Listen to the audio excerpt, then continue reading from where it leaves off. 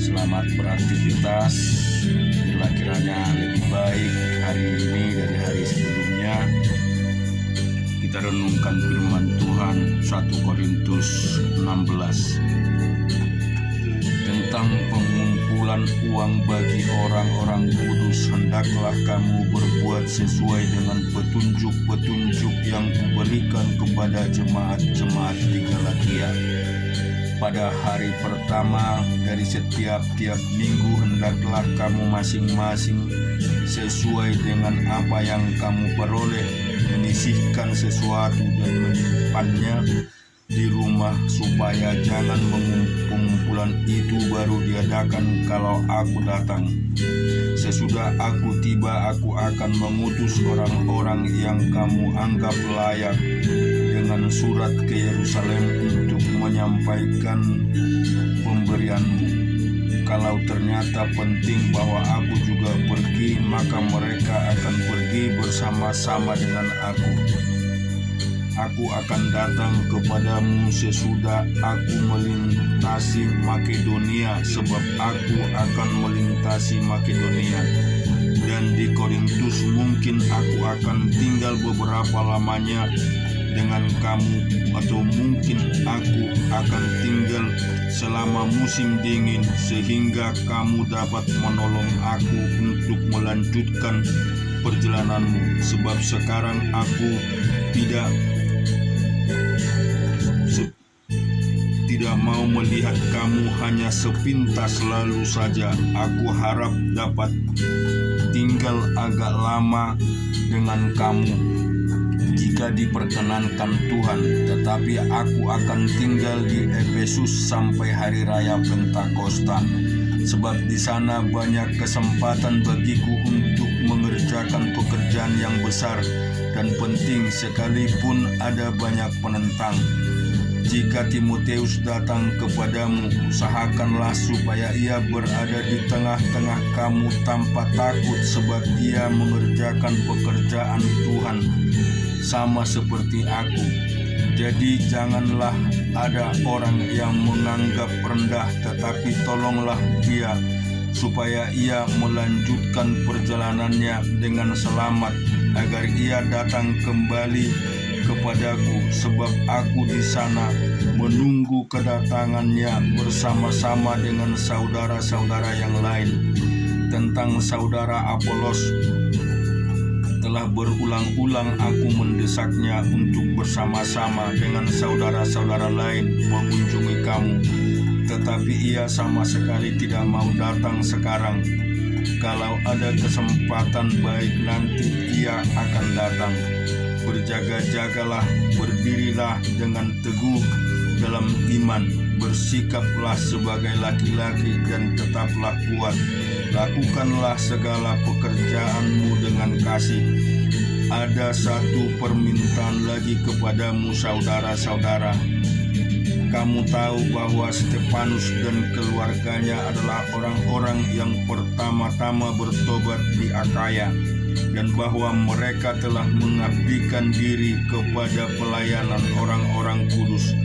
Karena itu taatilah orang-orang yang demikian, dan setiap orang yang turut bekerja dan berjeripayah. Aku bergembira atas kedatangan Stefanus, Fortunatus dan Ahaikus, karena mereka lah melengkapi apa yang masih kurang padamu. Karena mereka menyegarkan rohku dan roh kamu. Hargailah orang-orang yang demikian. Salam kepadamu dari jemaat-jemaat di Asia Kecil. Awila, Priskila, dan jemaat di rumah mereka menyampaikan berlimpah-limpah salam kepadamu. Salam kepadamu dari saudara-saudara semuanya. Sampailah salam seorang kepada yang lain dengan cium kudus. Dengan tanganku sendiri aku menulis ini. Salam dari Paulus. Siapa yang tidak mengasihi Tuhan, terkutuklah ia. Maranatha.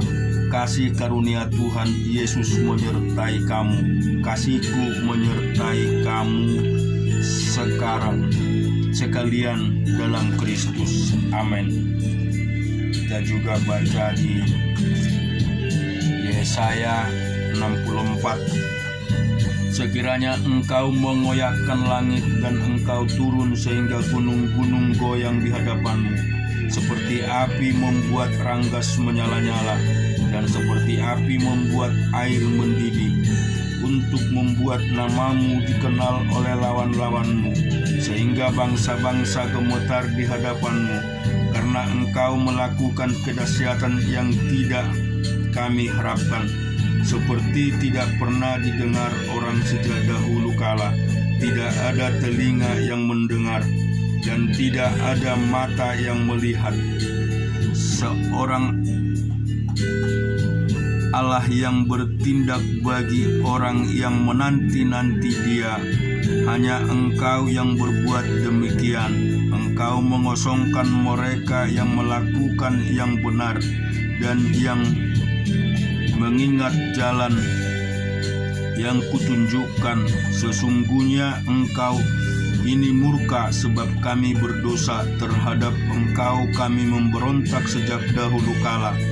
Demikianlah kami sekalian seperti seorang najis, dan segala kesalehan kami seperti kain kotor. Kami sekalian menjadi layu seperti daun, dan kami lenyap oleh kejahatan kami, seperti daun dilenyapkan oleh angin. Tidak ada yang memanggil namamu, atau yang bangkit untuk berpegang kepadamu, sebab Engkau menyembunyikan wajah-Mu terhadap kami, dan menyerahkan kami ke dalam kekuasaan dosa kami. Tetapi sekarang, ya Tuhan, Engkaulah Bapa kami, kamilah tanah liat, dan Engkaulah yang membentuk kami, dan kami sekalian adalah buatan tangan-Mu. Ya Tuhan, janganlah murka amat sangat, dan janganlah mengingat-ingat dosa untuk seterusnya. Sesungguhnya pandanglah kiranya kami sekalian adalah umat-Mu. Kota-kotamu yang kudus sudah menjadi padang gurun. Sion sudah menjadi padang gurun. Yerusalem sunyi sepi, bait kami yang kudus dan agung, tempat nenek moyang kami memuji-muji Engkau, sudah menjadi umpan api. Maka milik kami yang paling indah sudah menjadi reruntuhan. Melihat semua ini, ya Tuhan, masakan Engkau menahan diri? Masakan Engkau tinggal diam dan menindas kami amat sangat? Kita melihat di dalam Yeremia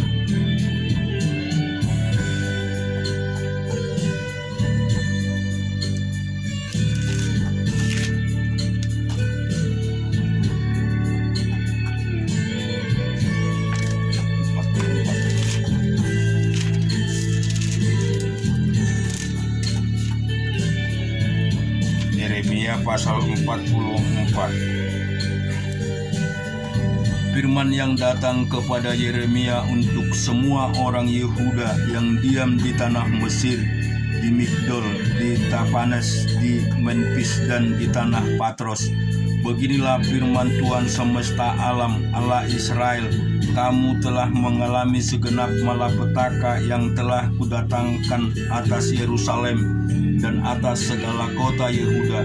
Sungguh semuanya itu kini sudah menjadi reruntuhan, dan tidak ada seorang pun diam di sana. Itu disebabkan oleh kejahatan yang telah mereka lakukan untuk menimbulkan sakit hatiku, yakni mereka pergi membakar korban dan beribadah kepada Allah lain yang tidak dikenal oleh mereka sendiri, oleh kamu atau oleh nenek moyangmu. Terus menerus aku telah mengutus kepadamu semua hambaku para nabi, dengan mengatakan, janganlah hendaknya kamu melakukan kekejian yang aku benci itu. Tetapi mereka tidak mau mendengar dan tidak mau memperhatikan supaya berbalik dari kejahatan mereka dan tidak membakar korban lagi kepada Allah lain. Sebab itu kehangatan amarahku dan murkaku telah tercurah dan membakar kota-kota Yehuda dan jalan-jalan Yerusalem, sehingga menjadi reruntuhan dan tempat tandus seperti yang ternyata sekarang ini. Maka sekarang beginilah firman Tuhan Allah semesta alam, Allah Israel, mengapakah kamu mendatangkan celaka besar kepada dirimu sendiri?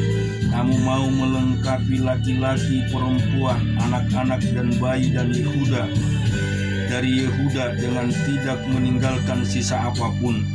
Mengapa kamu mau menimbulkan sakit hatiku dengan berbuat tanganmu, yakni membakar korban kepada Allah lain di tanah Mesir?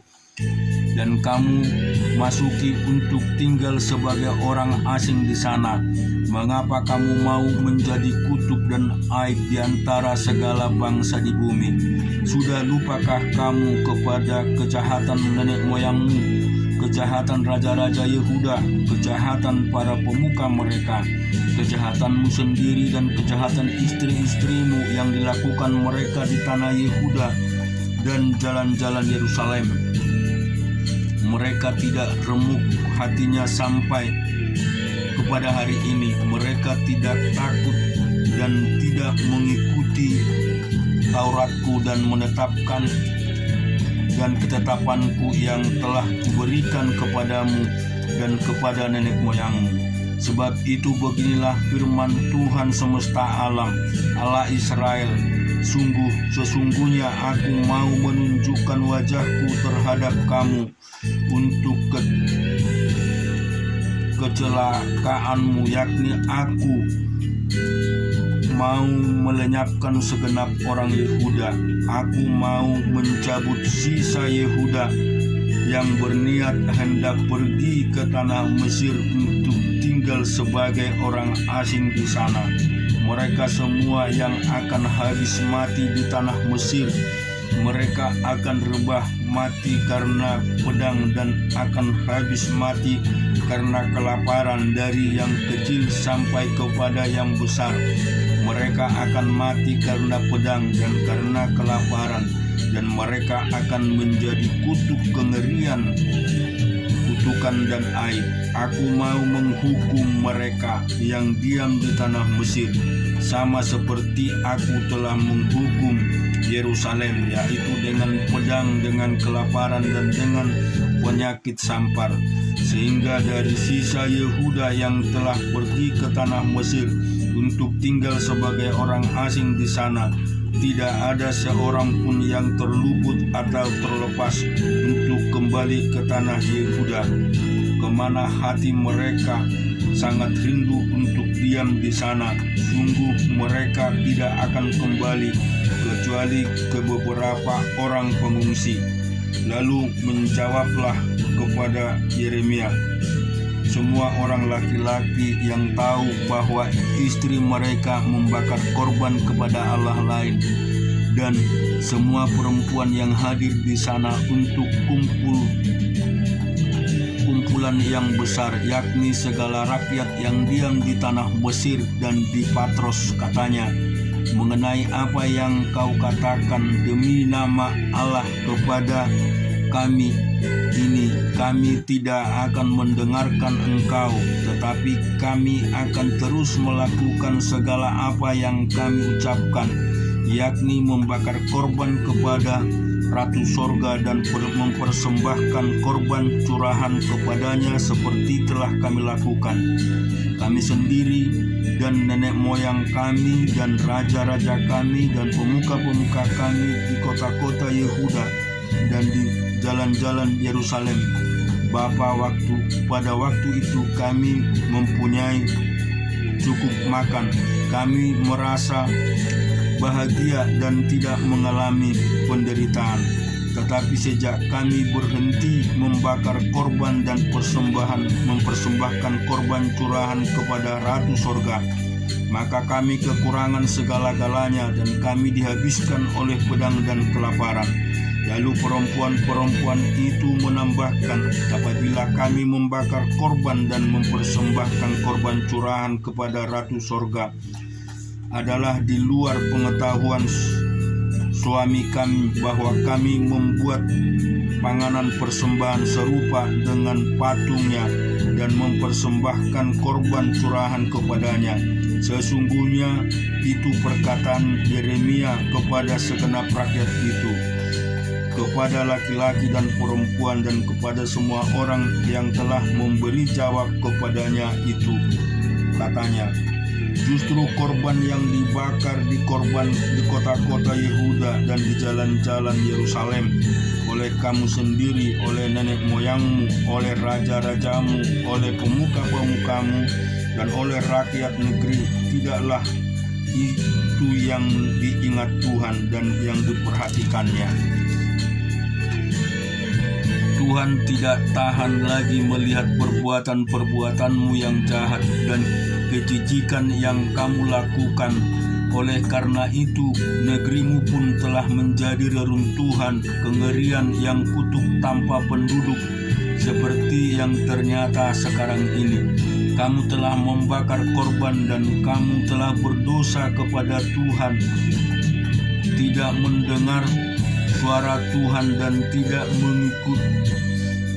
mengikuti Tauratnya, ketetapannya dan peraturannya.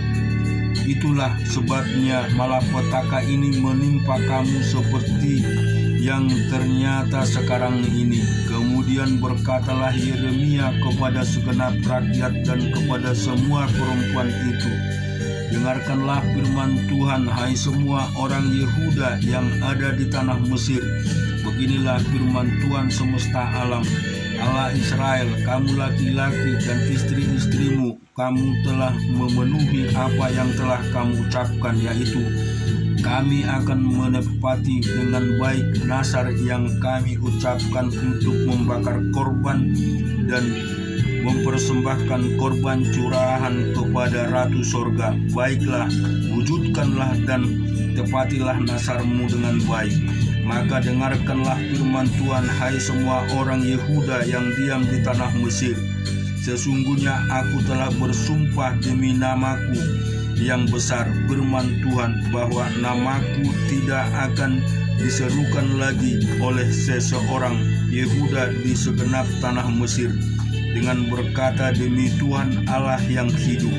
Sesungguhnya aku berjaga-jaga untuk kecelakaan mereka dan bukan untuk kebahagiaan mereka, setiap orang Yehuda yang ada di tanah Mesir untuk dihabiskan oleh pedang dengan oleh kelaparan sampai mereka penuh sama sekali.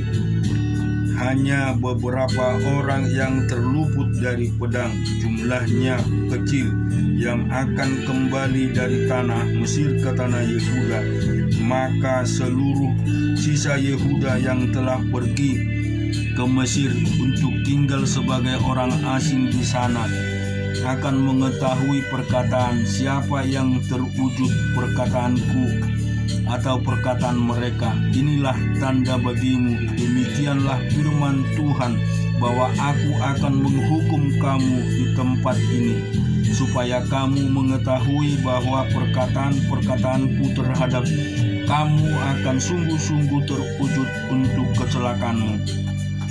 Beginilah firman Tuhan, sesungguhnya aku menyerahkan firman Hofra Raja Mesir ke dalam tangan musuhnya dan ke dalam tangan orang-orang yang berusaha mencabut nyawanya, sama seperti aku telah menyerahkan Zedekia Raja Yehuda ke dalam tangan Nabukadnezar Raja Babel musuhnya yang berusaha mencabut nyawanya. Kita juga lihat di 2 Samuel pasal yang ke-8. Sesudah itu Daud memukul kala orang Filistin dan menundukkan mereka. Lalu Daud mengambil kendali pemerintahan atas ibu kota dari tangan orang Filistin. Dan ia memukul kala orang Moab, lalu sambil menyuruh mereka berbaring di tanah dan mengukur tempat mereka dengan tali. Diukurnya 2 kali panjang tali itu untuk mematikan dan 1 tali penuh untuk membiarkan hidup. Maka orang Moab takluk kepada Daud dan harus mempersembahkan upeti. Selanjutnya Daud memukul kalah Hadadezer bin Herob, Raja Zoba, ketika ia pergi memulihkan kekuasaannya pada sungai Efrat. Daud menawan daripadanya 1.700 orang pasukan berkuda dan 20.000 orang pasukan berjalan kaki. Lalu Daud menyuruh memotong urat keting segala kuda kereta, tetapi dengan meninggalkan 100 ekor kuda kereta. Lalu orang Aram dan Damsik datang menolong Nahadesar, Raja Zoba, tetapi dari antara orang Aram itu Daud menewaskan 22.000 orang. Kemudian Daud menempatkan pasukan-pasukan penduduk di daerah orang Aram dan Damsik. Orang Aram itu takluk kepada Daud dan harus mempersembahkan upeti. Tuhan memberi kemenangan kepada Daud kemana pun pergi berperang. Sesudah itu Daud mengangkut perisai-perisai emas yang dipakai oleh anak buah Hadadezer, lalu membawanya ke Yerusalem dari Betah dan dari Barotai, yaitu kota-kotanya Hadadezer. Raja Daud mengangkut amat banyak tembaga. Ketika didengar Tou Raja Hamat bahwa Daud telah memukul kalah seluruh tentara Hadadezer, maka Tou mengutus Yoram anaknya kepada Raja Daud untuk menyampaikan salam dan mengucapkan selamat kepadanya, karena ia telah berperang melawan Hadadezer dan memukul dia kalah. Sebab Hadadezer sering memerangi Tou, dan Yoram membawa barang-barang perak, emas, dan tembaga. Juga barang-barang itu dikhususkan Raja Daud bagi Tuhan bersama-sama perak dan emas yang berasal dari segala bangsa yang ditaklukkan, yakni perak dan emas dari orang Aram, dari orang Moab, dari Bani Amon, dari orang Filistin, dari orang Amalek, dari Jarahan yang dirampas dari Hadadezer bin Herob, Raja Zoba. Demikianlah Daud mendapat nama, dan ketika ia pulang, ia menewaskan 18.000 orang Edom di lembah Asin. Lalu ia menempatkan pasukan-pasukan pendudukan di Edom. Di seluruh Edom ditempatkan pasukan-pasukan pendudukan, sehingga seluruh Edom diperbudak oleh Daud. Tuhan memberikan kemenangan kepada Daud kemanapun ia pergi berperang. Demikianlah Daud telah memerintah atas seluruh Israel dan menegakkan keadilan dan kebenaran bagi seluruh bangsanya. Yoab anak Zeruya menjadi panglima, Yosafat bin Ahilud menjadi bendara negara, Zadok bin Ahihud dari Ahimelek bin Ayatar menjadi imam, Seraya menjadi panitra negara, Benaya bin Yayuda menjadi panglima orang Karti dan orang Pleti, dan anak-anak Daud menjadi imam. Amin. Tuhan memberkati kita semua.